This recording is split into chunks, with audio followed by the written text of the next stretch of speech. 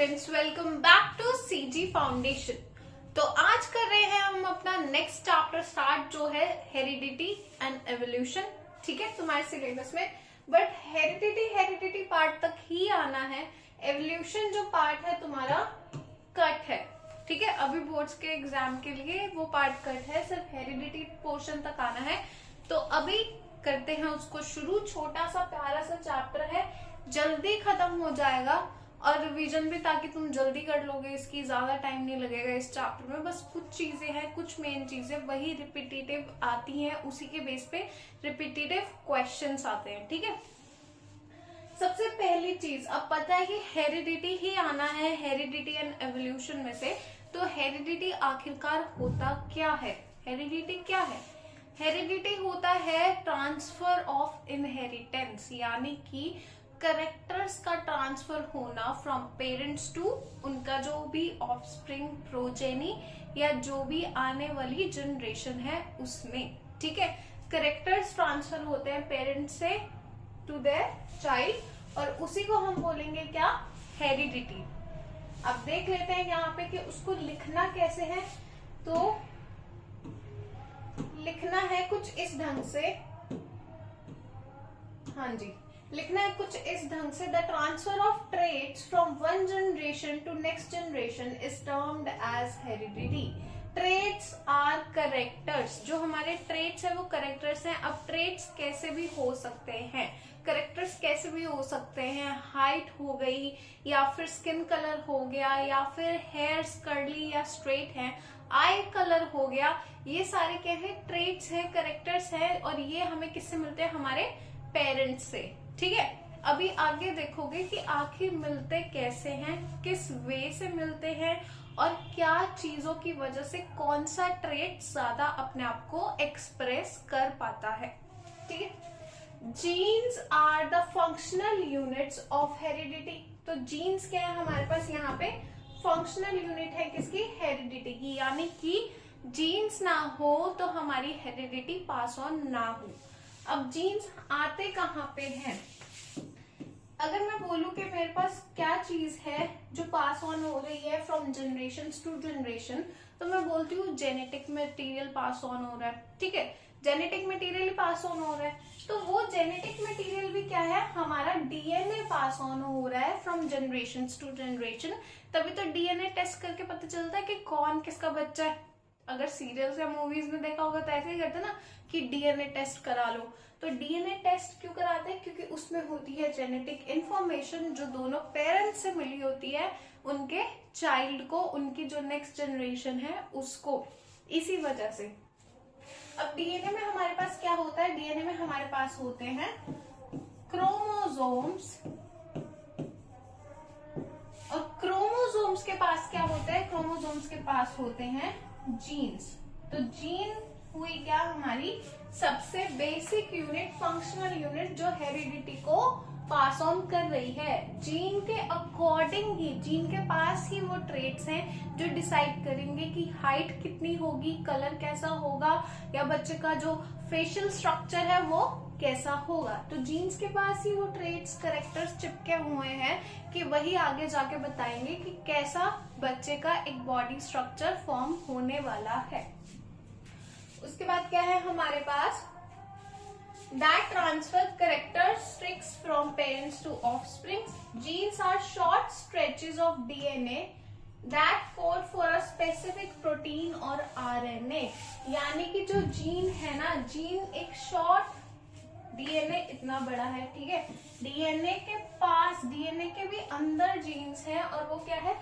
Short stretches हैं जिसके पास कुछ स्पेसिफिक कोड होता है। ठीक है, कुछ स्पेसिफिक सीक्वेंस है जिसकी वजह से कोई ना कोई पर्टिकुलर जीन अपने आप को एक्सप्रेस कर पाएगा, या पर्टिकुलर कोई भी करेक्टर अपने आप को एक्सप्रेस कर पाएगा। नेक्स्ट वी हैव जेनेटिक्स है हमारे पास। कि जेनेटिक्स क्या होता है? तो जेनेटिक्स होती है वो ब्रांच साइंस की या बायोलॉजी की, सॉरी साइंस की नहीं, साइंस में तो फिजिक्स, केमिस्ट्री, बायो तीनों आता है, बट बायो की बात है। तो जेनेटिक्स हमारे पास ब्रांच ऑफ बायोलॉजी है जो डील करती है किसके साथ? स्टडी ऑफ जीन, हेरिडिटी और उसके वेरिएशंस। अब यहाँ पे एक वर्ड आया है वेरिएशंस। हेरिडिटी हम सबको पता चल गया कि इनहेरिटेंस हो रही है, मतलब जीन्स आ रहे हैं कहाँ से, from parents to their next coming generation, ठीक है। ट्रांसफर ऑफ इंफॉर्मेशन हो रही है, ट्रांसफर ऑफ जेनेटिक मटेरियल हो रहा है, ये सारी चीजें। उसके बाद एक वर्ड आ रहा है वेरिएशंस। तो वेरिएशंस क्या होते हैं? वेरिएशंस होते हैं चेंजेस। Variations are changes. जो चीजें मैच नहीं करती पेरेंट्स से, दैट आर वेरिएशंस। हर इंसान में वेरिएशंस है, हर इंसान एक दूसरे इंसान से अलग है, इट मीन्स उसके पास क्या है, वेरिएशंस है। अगर सब सिमिलर हो जाएंगे तो कंपटीशन कैसा हो जाएगा, किस लेवल का कंपटीशन हो जाएगा। सब में अलग अलग एक खूबी है, तभी तो कम्पीट करने में भी मजा आता है ना, कि सबकी अलग अलग खूबी है। Next we have some important terms जो इस चैप्टर में को समझने के लिए, चैप्टर में जो चीजें चल रही है उनको समझने के लिए क्या है, बहुत ज्यादा इम्पोर्टेंट है। सबसे पहली चीज है क्रोमोसोम्स। अभी मैंने बताया कि डीएनए के पास होते हैं क्या, क्रोमोसोम्स। अब क्रोमोसोम्स होते क्या है? तो chromosomes are long thread like structures present in nucleus of a cell which contain hereditary information of cell in the form of genes। यानी कि मेरे पास ये क्या है, अगर एक न्यूक्लियस है ना, तो इसके पास ना थ्रेड लाइक ऐसे ऐसे स्ट्रक्चर्स पड़े हुए हैं, और ये स्ट्रक्चर क्या है, क्रोमोसोम है।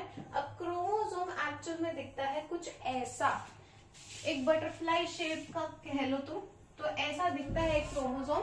और इसके पास, इसके ऊपर यहाँ पे हमारे पास क्या है, जीन्स होते हैं जो कैरी करते हैं what, heredity, genetic information, heredity की इंफॉर्मेशन, जेनेटिक की information. Next we have DNA. तो डीएनए क्या है, केमिकल है, किसमें, क्रोमोसोम्स में, जो कैरी करता है ट्रेट्स को, ठीक है, सारे के सारे कैरेक्टर्स को। उसके बाद क्या है, जीन पार्ट है क्रोमोसोम का जो कंट्रोल करता है स्पेसिफिक बायोलॉजिकल फंक्शंस को, यानी कि हाइट हो गई, कलर हो गया स्किन का, आईबॉल कलर हो गया, ये सब मैं तुम्हें बता चुकी हूँ ऑलरेडी, ठीक है।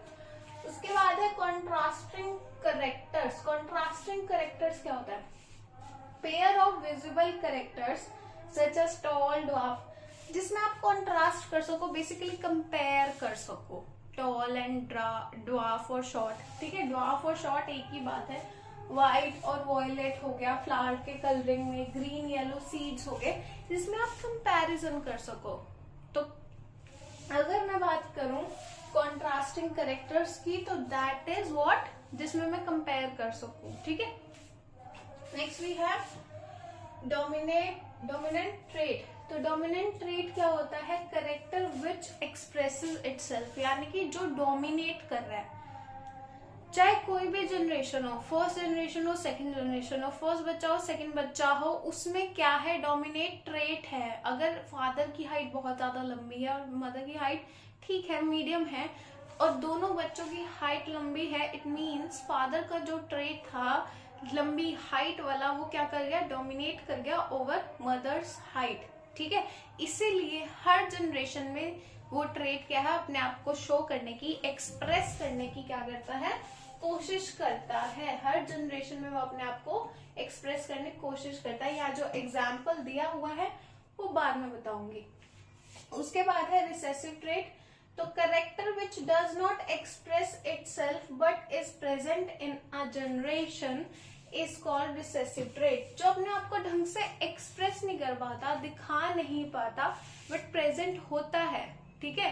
जो अपने आपको दिखा नहीं पा रहा, शो नहीं कर पा रहा, बट है प्रेजेंट, उस तरह के ट्रेट को बोलेंगे हम क्या, रिसेसिव ट्रेट। उसके बाद हमारे पास दो चीजें हैं, होमोजाइगस एंड हेटेरोजाइगस। तो होमो का मतलब होता है सेम, इट मींस वो तरह के जीन्स जो सेम है, ठीक है। यहाँ पे मैं टॉलनेस को बता रही हूँ, दो तरह के जीन्स है, जो है मेरा कैपिटल टी, कैपिटल टी। तो कैपिटल टी क्या है, सेम है। हेटेरोजाइगस जब हमारे पास दो डिफरेंट टाइप ऑफ जीन्स हो, यहाँ पे मेरे पास कैपिटल टी, स्मॉल टी है तो दोनों हाइट को ही डिनोट करने के लिए, लेकिन एक कैपिटल और एक स्मॉल है।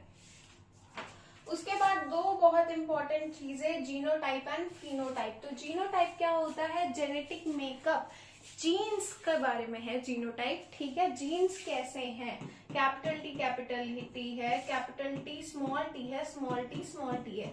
जीन्स किस तरह के हैं, ये है हमारा जेनेटिक मेकअप। और फिनोटाइप क्या है, एक्सटर्नली कैसे दिख रहे हैं। अगर कैपिटल टी जीन्स है तो हाइट कैसी होगी, टॉल होगी। अगर कैपिटल टी स्मॉल टी है तो भी हाइट टॉल है, बट जीन्स इससे भी हाइट टॉल आ रही है, इससे भी हाइट टॉल आ रही है। बट अगर मैं जेनोटाइप देखूं, जीनोटाइप यानी कि जेनेटिक मेकअप देखूं, तो ये कैपिटल टी है, ये कैपिटल टी और स्मॉल टी है, ठीक है। और फिनोटाइप तो दोनों का क्या है, करेक्टर जो दिख रहा है बाहर शो होके आ रहा है वो क्या है, टॉल है। तो ये सारी की सारी कुछ टर्म्स थी जो चैप्टर में यूज होंगी, तो बार बार उनको मैं बताती रहूंगी तुम्हें, बट जरूरी है कि अभी तुम देख लो, ध्यान से समझ लो ताकि काम इजी हो जाए, ठीक है। Next we have Mendel's work. अब हमें पता चल गया कि हेरिडिटी क्या होता है, वेरिएशन क्या होता है, और कुछ हमने ऐसी टर्म्स पढ़ ली, फिनोटाइप, जीनोटाइप, होमोजाइगस, हेटेरोजाइगस, कि अब चैप्टर स्टार्ट कर लेते हैं ढंग से कि आखिर चैप्टर में है क्या, ठीक है। तो सबसे पहली चीज है हमारे पास मेंडल्स वर्क। मेंडल हमारे पास ग्रेगर मेंडल साइंटिस्ट थे, बहुत बढ़िया हमारे मेंडल बाबा, ठीक है।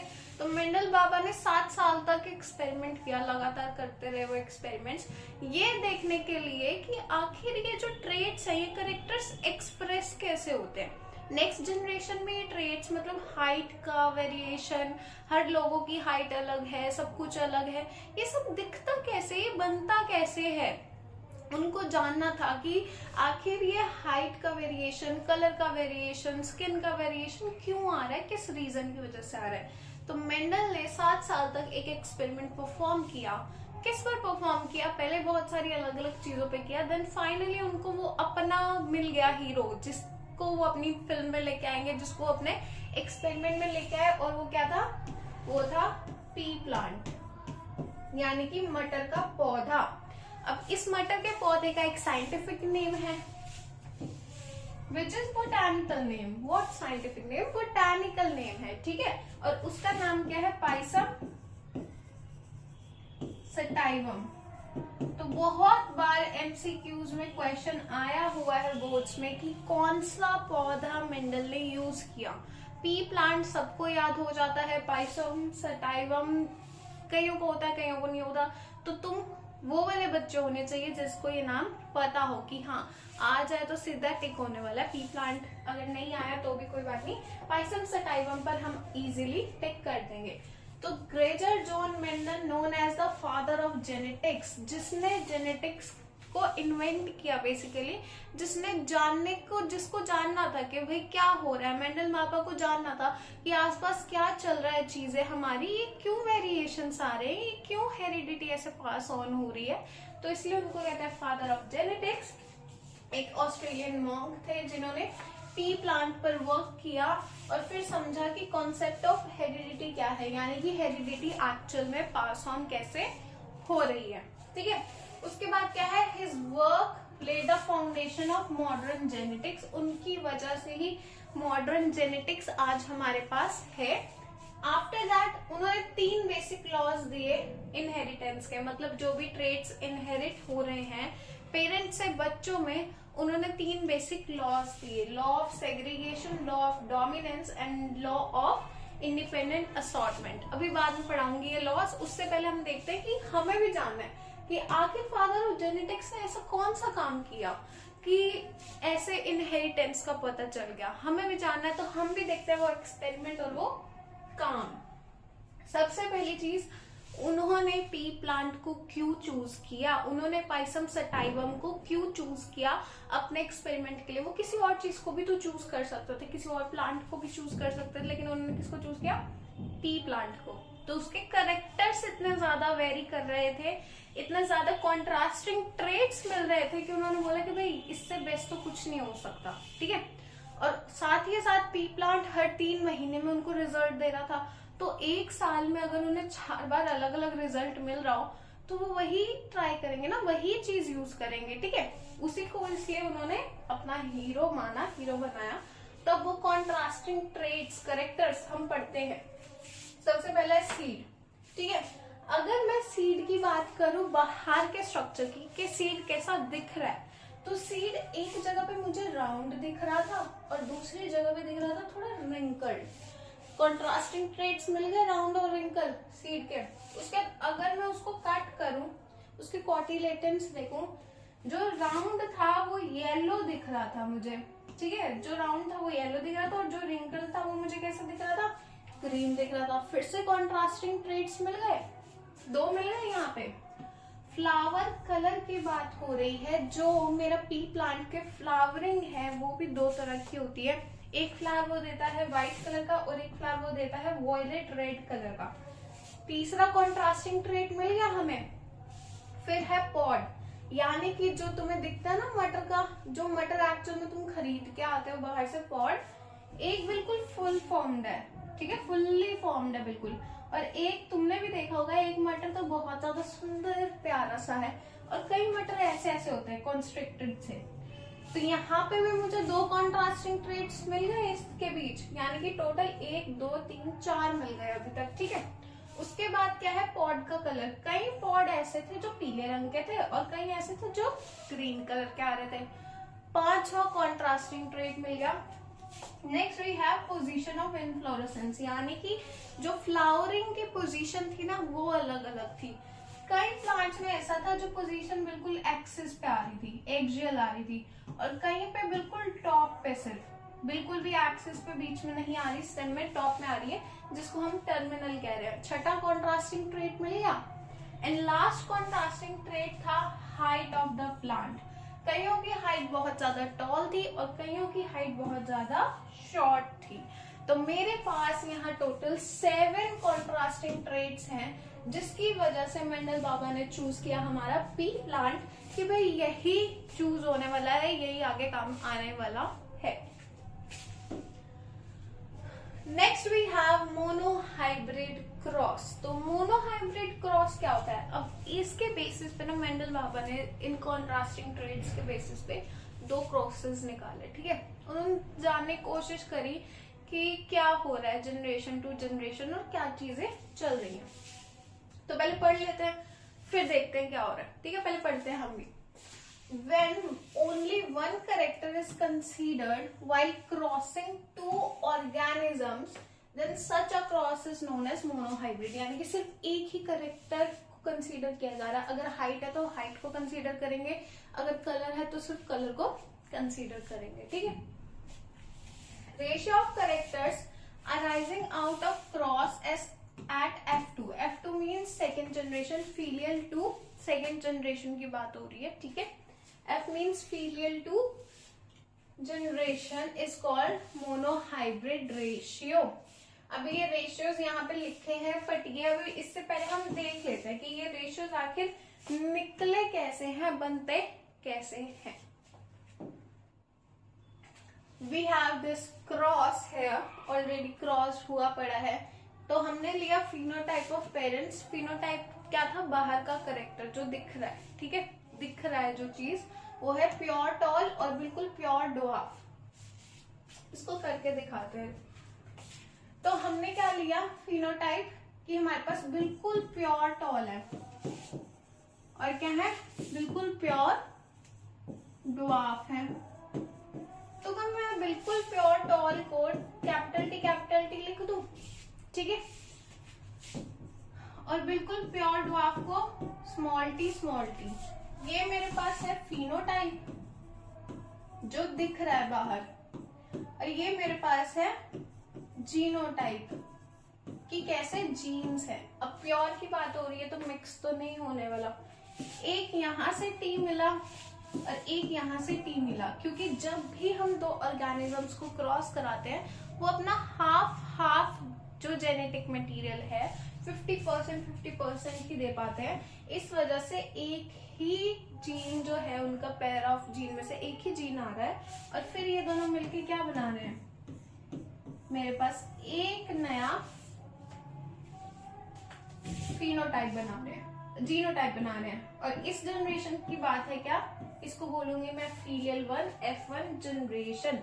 और अगर मैं बात करूं अब यहाँ डोमिनेंट और रिसेसिव की, तो टॉल डोमिनेट करता है ओवर डवार्फ और यहाँ पे टॉल का जीन प्रेजेंट है। इट मींस इसका जो फिनोटाइप है वो कैसा होगा, टॉल होगा। और इसका जो जीनोटाइप है वो कैसा होगा, कैपिटल टी स्मॉल टी। अब देख लेते हैं F1 जनरेशन में जब हमें हाइब्रिड मिला तो कैसा मिला, टॉल मिला। फिर मेंडलहॉफ ने सोचा कि मैंने मतलब ये हुआ क्या, ये कैसे हो गया कि मैंने प्योर टॉल दिया, प्योर ड्वार्फ दिया, लेकिन मुझे हाइट तो सबकी। उन्होंने सोचा था कि प्योर टॉल ले रहा हूँ, प्योर ड्वार्फ ले रहा हूँ, यानी कि स्मॉल हाइट ले रहा हूँ और बिल्कुल ओरिजिनल टॉल हाइट ले रहा हूँ। तो अब जितने भी प्लांट्स आएंगे ना, इनके आगे प्रोजेनी आएगी, उनकी हाइट मीडियम होगी। बट हाइट कैसी आ गई, टॉल आ गई। तो उन्होंने सोचा अच्छा टॉल आ गई तो अब एक और काम करते हैं, ये जो टॉल हाइट आई है ना, इसका रिजल्ट आया, इसको इसी से क्रॉस कराते हैं, इसको इसी से सेल्फिंग कराते हैं। और यही यहाँ पे अभी हम करके दिखाएंगे कि इसको इसी से क्या कराएंगे, सेल्फिंग कराएंगे। इसको मैं थोड़ा सा छोटा करके लिख दूं, ये क्या कहते हैं, हाँ जी, इसको थोड़ा सा छोटा करके लिख दे, यहां से इनको ये मिल रहा है, ठीक है। अब इसकी क्या कराई हमने, सेल्फिंग कराई। इट मीन्स व्हाट, इसको इसी से मल्टीप्लाई करा दिया। तो अब तुम दो तरीके से इसको परफॉर्म कर सकते हो। मैं अभी ये ऐसे करके दिखा रही हूँ, सेकंड वे में मैं तुम्हें करके दिखाऊंगी कि तुम कैसे इसको लिख सकते हो। Capital T capital T, capital T small T, दो आ गए तुम्हारे पास straight. Then capital T small T and then small T. तो अब जब मैंने F2 जनरेशन, ये मेरे पास क्या थी F1, अब जब मैं बात करूं फीमेल 2 की, यानी कि सेकेंड जनरेशन की, और मैंने जब जो रिजल्ट F1 का आया उसको उसी के साथ क्रॉस करा दिया, उसी के साथ सेल्फिंग करा दी, तो मुझे क्या दिखा, मुझे ये दिखा, ठीक है, क्या दिखा कि ये जो कैपिटल टी है, ये भी कैसा होएगा, ये भी टॉल होगा। कैपिटल टी स्मॉल टी, ये भी कैसा होएगा, टॉल होएगा। और सिर्फ मेरे पास इतना, यानी कि एक ही क्या आ रहा है, स्मॉल टी ड्वार्फ आ रहा है। अब अगर तुम इसका रेशियो निकालो तो टोटल टॉल कितने हुए, 3:1, टोटल टॉल 3, और एक क्या है तुम्हारे पास, ड्वार्फ है, ठीक है। बट अगर मैं बात करूं प्योर टॉल कितने हैं, तो प्योर टॉल तो 1 ही है मेरे पास। मिक्स टॉल कितने हैं, मतलब हेटेरोजाइगस टॉल कितने हैं, 2 हैं। और अगर प्योर ड्वार्फ की बात करूं तो कितना है, 1 है। तो तुम्हारे पास दो तरह के रेशियो आते हैं। पहला रेशियो है क्या, 3:1 है। उस रेशियो को हम क्या कह रहे थे, यहाँ पर जो 3:1 है हमारे पास, जो हमें मिलता है वो है हमारा मोनोहाइब्रिड रेशियो, यानी कि वो है हमारा किस तरह का रेशियो, ये स्पेसिफिकली जीन्स के अकॉर्डिंग है तो ये जीनोटिपिक है, और ये स्पेसिफिकली सिर्फ बाहर के करेक्टर के अकॉर्डिंग है तो ये किस तरह का रेशियो है, ये है फिनोटिपिक रेशियो। और ये स्पेसिफिकली कौन सा जीन किसके लिए यूज हो रहा है, ये है हमारा जीनोटिपिक रेशियो, ठीक है बेटा। अब एक बार देख लेना उन्होंने भी क्या किया। हाँ जी, तो सेकंड मेथड ये है कि तुम ऐसे बॉक्स बना सकते हो एंड देन तुम्हारे कैरेक्टर्स को यहाँ पे डिवाइड करके यहाँ मतलब मल्टीप्लाई कर सकते हो, ठीक है। ऐसे बॉक्स डिवाइड करके देन उसको मल्टीप्लाई करके ऐसे दिखा सकते हो। तो सेम तुम्हारे पास आएगा फिनोटिपिक रेशियो 3:1, जीनोटिपिक रेशियो 1:2:1। तो तुम क्रॉस ऐसे भी परफॉर्म कर सकते हो और जैसे मैंने करके दिखाया उसको वैसे भी परफॉर्म कर सकते हो। डाइहाइब्रिड क्रॉस, तो डाइहाइब्रिड क्रॉस में हम 2 कैरेक्टर्स लेंगे। मोनोहाइब्रिड मींस एक कैरेक्टर लिया जो हमारी हाइट थी, ठीक है, सिर्फ हाइट के बेसिस पे हमने क्रॉस किया, उसका रेशियो निकाला। अब हम 2 कैरेक्टर्स लेने वाले हैं और उस चीज को हम कह रहे हैं कि वो डाइहाइब्रिड क्रॉस होता है, ठीक है। अब वो कैसा होता है, कैसा परफॉर्म करते हैं, तो हमने यहाँ भी सुंदर सा एक बना के दिखाया हुआ है तुम्हें, तो देखते हैं। तो दो कैरेक्टर्स कौन कौन से हमने लिए, पहला कैरेक्टर है सीड शेप का और दूसरा कैरेक्टर है सीड के कलर का। अब हमें पता है कि जो हमारे पास पी प्लांट है उसके पास टोटल कितने कैरेक्टर्स हैं, 7 कैरेक्टर्स है, ठीक है। 7 डिफरेंट कॉन्ट्रास्टिंग ट्रेट्स हैं, 7 डिफरेंट कॉन्ट्रास्टिंग कैरेक्टर्स हैं। तो उसमें से हमने 2 उठा लिए, पहला है राउंड, दूसरा है रिंकल्ड सीड की शेप का, उसके बाद है सीड कलर का, तो पहला है येलो और दूसरा है ग्रीन।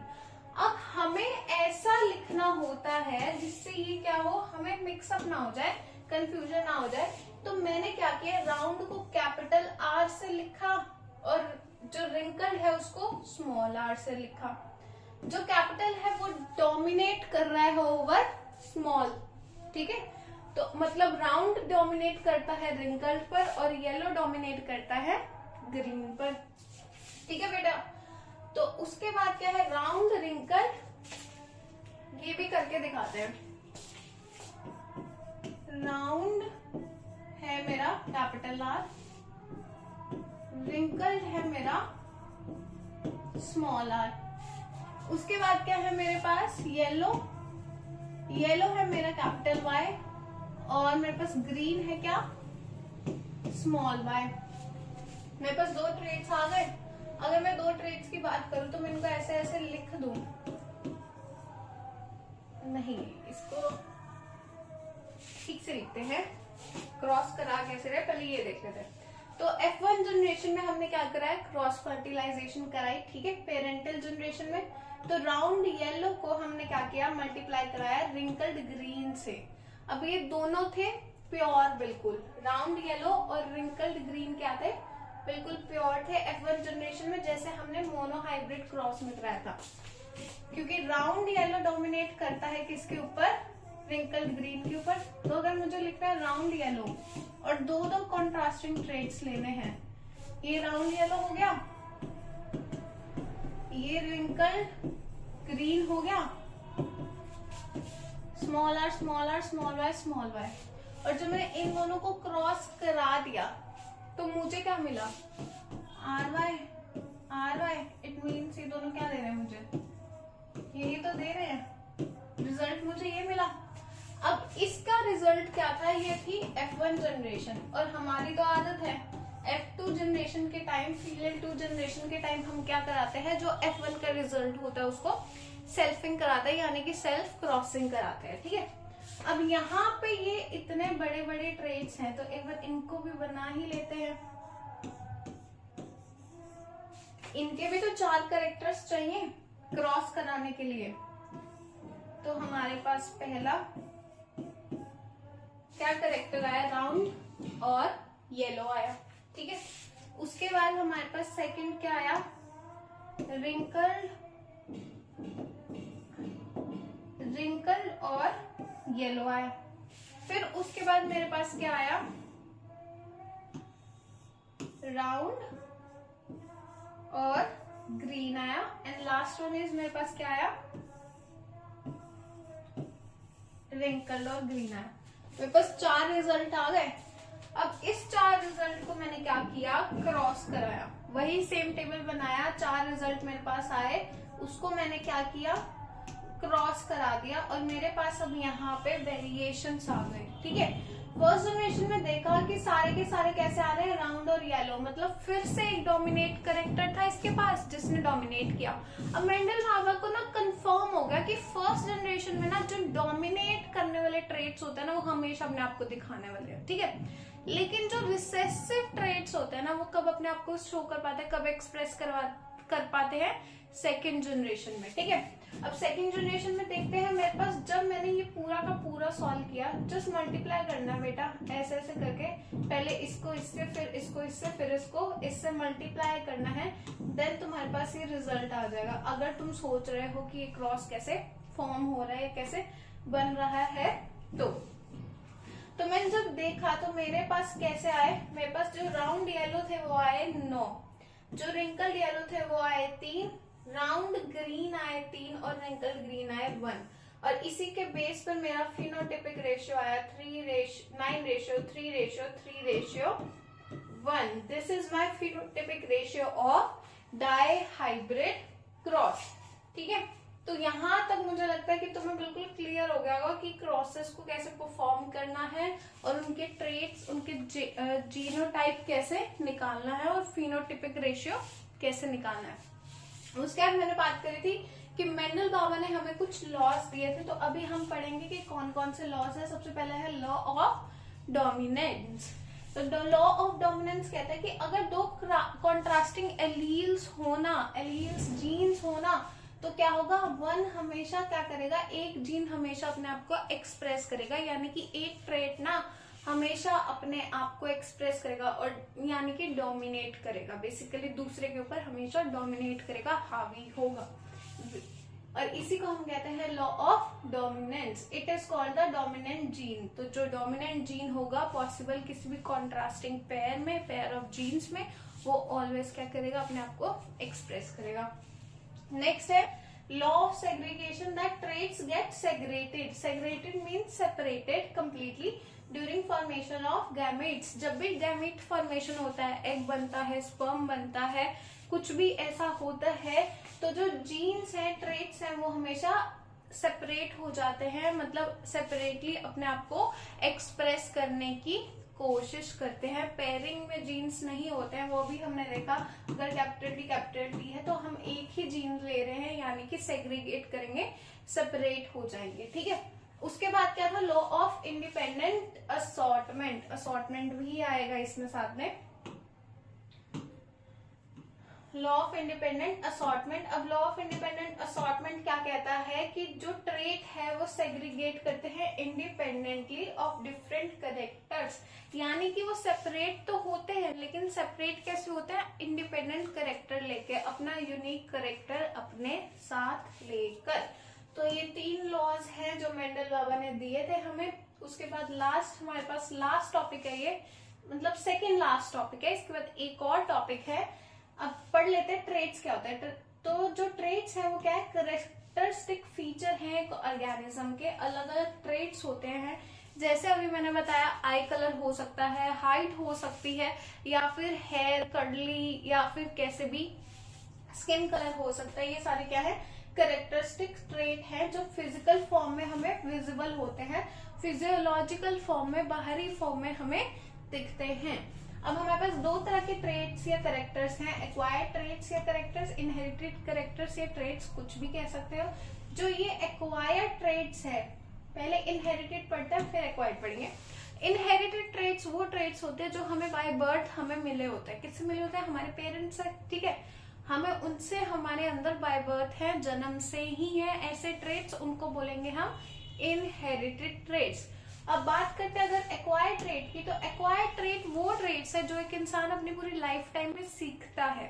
सीखता है का मतलब, किसी कोई बहुत अच्छा स्विमर है, ठीक है, या कोई बहुत अच्छा फुटबॉलर है, तो जरूरी नहीं है ना कि उनके बच्चे, उनके आने वाली जनरेशन में बहुत अच्छी फुटबॉलर ही बने, ठीक है। तो एक्वायर ट्रेट्स जब एक इंसान पूरी लाइफ टाइम में एक्वायर करता है, सीखता है, और वो पास ऑन नहीं होते हैं डीएनए से या फिर जेनेटिक मटेरियल से। अगर तुमने साइकिलिंग सीखी, कार चलाना सीखा, तो तुम्हारे बच्चे को पैदा होते ही वो सब नहीं आएगा, उसे भी दोबारा से सीखना पड़ेगा। That is acquire. Inherited is what, जो पेरेंट्स से मिलते हैं बच्चे को, जैसे हाइट हो गया, स्किन कलर हो गया, या फिर आई कलर हो गया। तो ट्रेट्स आई होप तुम्हें कंप्लीट है। लास्ट टॉपिक है इस चैप्टर का, सेक्स डिटर्मिनेशन। तो सेक्स डिटर्मिनेशन क्या है, प्रोसेस है जिससे डिटरमाइन कर पाएंगे कि जो बेबी होने वाला है या जो भी आगे इंडिविजुअल जनरेशन में आने वाला है वो मेल है या फीमेल है। इंडिया में सेक्स डिटर्मिनेशन बैन है, अलाउड नहीं है, तो तुम भी कभी मत कराना इंडिया में रह के, तो बिल्कुल नहीं, क्योंकि उसके फीमेल फोर्टिसाइड्स और बहुत सारी चीज हो जाती है, तो स्किप दैट, ओके। उसके बाद क्या है, सेक्स डिटर्मिनेशन अब हम कैसे करते हैं। ह्यूमंस का ही पढ़ने वाले हैं हम, यहाँ पे एनिमल्स का भी कुछ लिखा है, डिफरेंट एनिमल्स का, बट हम सिर्फ ह्यूमंस का पढ़ने वाले हैं, क्योंकि तुम्हारे सिलेबस में सिर्फ ह्यूमंस का सेक्स डिटर्मिनेशन ही है। ये डायग्राम है, इस डायग्राम को समझने से पहले कुछ और समझा जाए। ये तो थैंक यू की स्लाइड आ गई, हाँ जी, तो कुछ और यही समझाते हैं। तो हमारे पास टोटल कितने क्रोमोसोम्स होते हैं, टोटल हमारे पास होते हैं 46 क्रोमोसोम्स, ह्यूमंस में, ठीक है। और वो क्रोमोसोम्स कैसे होते हैं, वो होते हैं पेयर में। इट मीन्स 23 पेयर्स हो गए। 23 पेयर्स में 46 क्रोमोसोम्स है हमारे पास, जिसमें से हमारे पास 22 हैं ऑटोसोम्स। ऑटोसोम्स मीन्स जो हमारी बॉडी के डिफरेंट अलग अलग फीचर्स पे काम करते हैं, हाइट, स्किन कलर, ये सारी अलग अलग चीजों पे, बाकी बॉडी के सिस्टम्स पर। बट उसमें से एक ऐसा पेयर है जो क्या है हमारे पास, सेक्स क्रोमोसोम है। तो आउट ऑफ 23 पेयर्स 1 पेयर हमारे पास है सेक्स क्रोमोसोम। पेयर का मतलब है कि 2 जीन्स प्रेजेंट होंगे। तो 2 जो जीन्स प्रेजेंट हैं, बात करें अगर मेल्स की, फादर लिखा है, मेल्स की बात करें तो मेल्स में हमारे पास 2 जो जीन्स प्रेजेंट होते हैं, एक एक्स होता है और एक होता है वाई। और अगर मैं बात करूं फीमेल्स की, तो फीमेल्स में दोनों के दोनों जीन्स सेम होते हैं। मतलब मेल्स में हेटेरोजाइगस कंडीशन है एंड फीमेल्स में होमोजाइगस कंडीशन है। तो अब हर महीने, लास्ट चैप्टर अगर तुम्हें याद हो, जो भी था रिप्रोडक्शन में, अगर तुमने पढ़ा हो कि हर महीने एक एग रिलीज होता है पर ओवरी से, तो उसके पास चाहे लेफ्ट से ओवरी एग रिलीज करे, लेफ्ट ओवरी एग रिलीज करे या राइट करे, तो उसके पास जीन्स कैसे, क्रोमोसोम्स कैसे होने वाले हैं, दोनों सेम ही होने वाले हैं। लेकिन जो स्पर्म्स हैं, स्पर्म के पास एक्स भी है और वाई भी है। इट मीन्स अगर एक्स एक्स जुड़ता है तो क्या बनता है, फीमेल बनती है। एक्स एक्स फिर जुड़ता है तो फिर फीमेल बनती है। एक्स वाई जुड़ता है तो क्या बनता है, मेल बनता है। इट मीन्स जो बच्चे का सेक्स डिटर्मिनेशन है कि बच्चा क्या पैदा होने वाला है, वो किस पे डिपेंड करता है, स्पर्म्स पे, कि कौन सा स्पर्म जाकर एग के साथ फ्यूज करेगा, फर्टिलाइज होगा। तो ये बिल्कुल भी फीमेल्स पर डिपेंड नहीं करता है कि बच्चा मेल होगा या फिर फीमेल होगा, ठीक है। तो ये था सेक्स डिटर्मिनेशन। इसलिए चांसेस होते हैं हमेशा 50-50% डॉटर या फिर सन होने के। अब चैप्टर हो गया है खत्म। हेरिडिटी, एवोल्यूशन आना नहीं है, वेरिएशंस भी बता दिया है। पूरा एक वन शॉट में तुम्हें समझा दिया क्रिस्प अच्छे से तरीके से कि क्या क्या चीजें हैं। और यही सारे मेन टॉपिक्स हैं, जैसे मोनोहाइब्रिड, डाईहाइब्रिड, क्रॉस हो गया, उनका रेशियो होगा, ये सेक्स डिटर्मिनेशन, और 2 मार्क्स में एक्वायर्ड ट्रेट और इनहेरिटेड ट्रेट्स, इनमें डिफरेंस आ जाता है। तो सारा कुछ अच्छे से एक्सप्लेन कर दिया है। आई होप तुम्हें ये वीडियो पसंद आई हो, और अगर वीडियो पसंद आई हो तो कमेंट कर देना, वीडियो को लाइक कर देना और चैनल को सब्सक्राइब कर देना, ठीक है। Thanks for watching.